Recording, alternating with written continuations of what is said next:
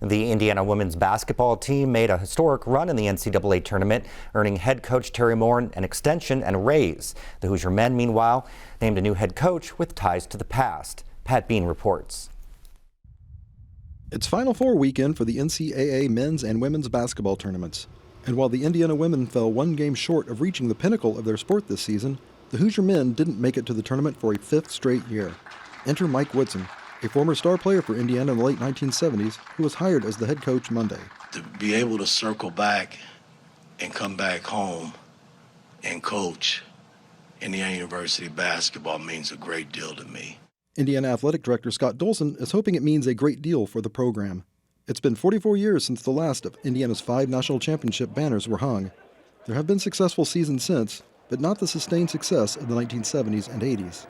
Woodson wants to restore the tradition of Indiana basketball and teach a new generation about it. It's going to be my job to bridge the gap between young people who don't know who Coach Woodson is and the old-timers that do know who I am. The divide began with Bob Knight's firing in 2000, as loyalties to the Hall of Fame coach were pitted against the university that let him go. Former players drifted away, and so did some of the history of the program. In 2020, Knight returned to the Assembly Hall court for the first time since he was let go.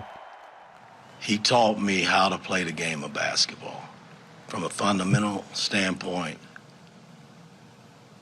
He taught me how to be a man on and off the floor.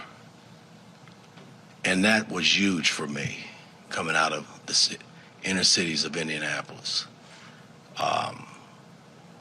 So I paid tribute to Coach Knight in the utmost way because Indiana basketball will always be Bob Knight. Now comes the hard part for Woodson. He takes over a team that finished 12-15 and tied for 10th in the Big Ten for the second straight season. Guard Al Durham has already transferred, and 4 other Hoosiers have entered the NCAA's transfer portal. I'm going to meet with each player individually today and kind of see where their heart and mind are and talk about moving this program in the right direction, and that's getting it back on top. That's why I'm here. The Indiana women are already moving in the right direction. In Teri Moren's 7 seasons as coach, the Hoosiers have played in the postseason 5 times.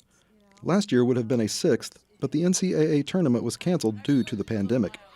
This year, the Hoosiers set a school record with 16 Big Ten wins, was ranked as high as number 7 in the nation, and reached the NCAA's Elite 8 for the first time in history. But a loss to Arizona Monday night ended the Hoosiers' season and left them wanting more.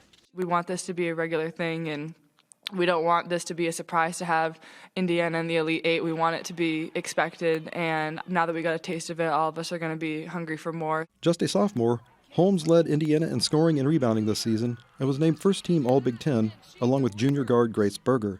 Both return next season, as does redshirt senior guard Allie Patberg, who averaged a third-best 14 points per game, and junior starting forward Alexa Golbe. Indiana's backcourt will take a hit from graduation, but the Hoosiers have 3 freshman guards coming in, including one Moren calls the best player in Australia. We want to make that next step, to the Final Four. And people sometimes think that we're crazy when we said that. We've said that from day one when we arrived in Bloomington, that our goals and sights were always going to be set high. High enough that one day there may be more banners hanging above the court at Assembly Hall for the women and the men. For Indiana Newsdesk, I'm Pat Bean.